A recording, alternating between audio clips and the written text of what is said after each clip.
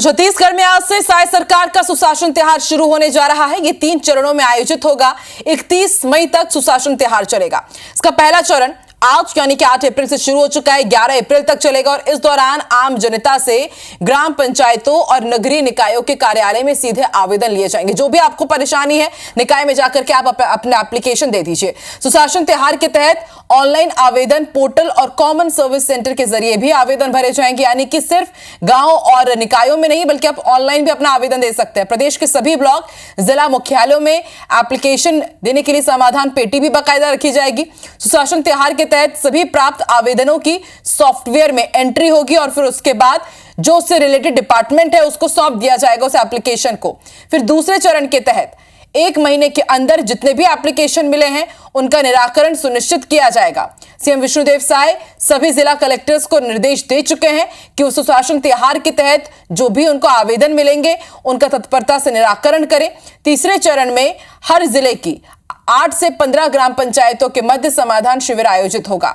नगरीय निकायों में भी जरूरत के हिसाब से शिविरों का आयोजन किया जाएगा। इन शिविरों में लोगों को उनके आवेदन की स्थिति के बारे में बताया जाएगा और आवेदन का तुरंत निराकरण भी वहीं किया जाएगा। बाकी कुछ समस्याएं यदि रह जाती हैं तो उनका निराकरण भी 1 महीने के अंदर कर दिया जाएगा।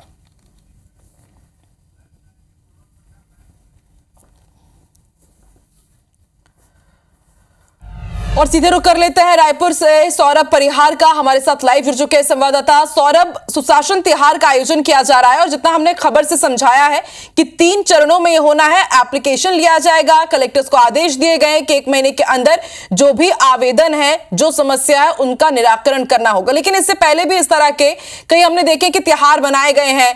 क्या आपको लगता है कि वाकई सुशासन त्योहार से आम जनता की जो समस्याएं हैं, जिस प्रकार से अलग अलग चरणों के तहत क्या उनका निराकरण हो भी पाएगा? कितना ठोस आपको लग रहा है कि वाकई इससे सुशासन की तरफ बढ़ेगा छत्तीसगढ़?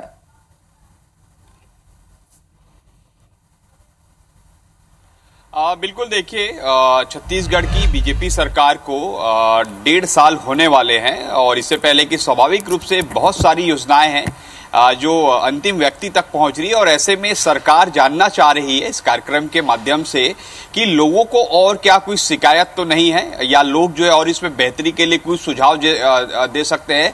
तो इसके लिए आज से ये कार्यक्रम का शुरुआत किया गया है। 11 तारीख तक सभी निकायों में, सभी पंचायतों में आमजनों के आवेदन लिए जाएंगे। फिर उस आवेदन को जो है संबंधित विभागों को भेजा जाएगा। विभाग फिर उस पर 1 महीने के अंदर निराकरण करना है। तो आपको याद होगा कि इससे पहले भी कि पिछली सरकारें भी जो इस तरीके के काम करती रहे और निश्चित रूप से जब इस तरह का कार्यक्रम आयोजित किया जाता है तो प्रशासनिक तौर पर जो है बहुत सारी समस्याएं जो नहीं हो पाती, लोग जो बहुत पहले से अपने काम के लिए लगे रहते हैं, तो ऐसे समयों में निश्चित तौर पर काम होता है। और वही एक बार फिर से सुशासन त्योहार के नाम पर एक कार्यक्रम आयोजन किया गया है और स्वाभाविक रूप से 3 चरणों में कार्यक्रम आयोजित होंगे। इसके लिए चरणबद्ध कार्यक्रम तय किए गए हैं, कब आवेदन दिया जाएगा, कब इसका निराकरण होगा, कब फिर से कार्यक्रम होंगे, मुख्यमंत्री कब मिलेंगे लोगों से, मंत्री कब मिलेंगे, ये पूरा कार्यक्रम तैयार किया गया। और निश्चित रूप से इस तरीके के कार्यक्रम से आमजनों को फायदा तो होता है, लेकिन इसके बाद की प्रक्रिया पर सरकार को और सोचना चाहिए कि ये सुशासन त्योहार है, ये तो ठीक है, ये तो 31 मई तक चलेगा, जिसमें मुख्यमंत्री विष्णुदेव साय भी शामिल होंगे। तीसरे चरण में लोगों से मुलाकात करेंगे, लेकिन इससे उसके बाद की स्थिति को भी देखना चाहिए कि क्या जो ये 1.5 से 2 महीने चलने वाला प्रोग्राम है, लेकिन उसके बाद की क्या स्थितियां रहेंगी, ये हमेशा के लिए ये व्यवस्थित करना चाहिए इस प्रक्रिया को कि कोई भी समस्या का निराकरण जो है एक समय सीमा के भीतर पर हो जाना चाहिए। हालांकि इससे पहले भी तमाम व्यवस्थाएं, लेकिन वो नहीं दिखती। लेकिन अभी हाल फिलहाल में देखें तो सरकार का ये आज से त्योहार शुरू हो रहा है, सुशासन त्योहार, तो इसका फायदा मिलेगा। और मुख्यमंत्री विष्णुदेव साय स्पष्ट तौर पर कह चुके हैं कि किसी भी तरीके की असुविधा आमजनों को नहीं होनी चाहिए और उनके एक शिकायतों पर संबंधित विभाग की ओर से जवाब दिया जाएगा। तो कुल मिलाकर यही है कि सरकार अपनी योजनाओं को भी जानना चाहती है। विष्णुदेव साय मुख्यमंत्री जब लोगों से मुलाकात करेंगे तो सीधे तौर पर उनसे बातचीत करेंगे और कहीं ना कहीं बीजेपी के विधायक हैं, बीजेपी के नेता हैं, सांसद हैं, वो भी जब ग्राउंड स्थिति पर जाएंगे, धरातल पर जाएंगे, तो स्वाभाविक रूप से उनको भी कई योजनाओं की जो है स्थिति पता चलेगी कि अभी वास्तव में इस पर और बेहतर काम किया जाना है, यहाँ पर और क्या किया जा सकता है। इन सारी जो छोटी छोटी जानकारियां हैं, जो बारीकी जानकारियां हैं वो मिलेगी तो सरकार और बेहतर काम कर सकेगी। और आने वाले समय में जैसे सरकार कह ही रही है कि, और जैसे हमने देखा ही है कि 1 अप्रैल से पूरा विभागीय कामकाज है वो ऑनलाइन हो चुका है। तो ऐसे में आने वाले समय में यही होगा कि विभागीय तौर पर पोर्टल भी बनाए जाए, टोल फ्री नंबर भी बनाए जाए, ताकि लोगों को और जो उनकी समस्याएं हैं उनका निराकरण जो है जल्द से जल्द हो सके।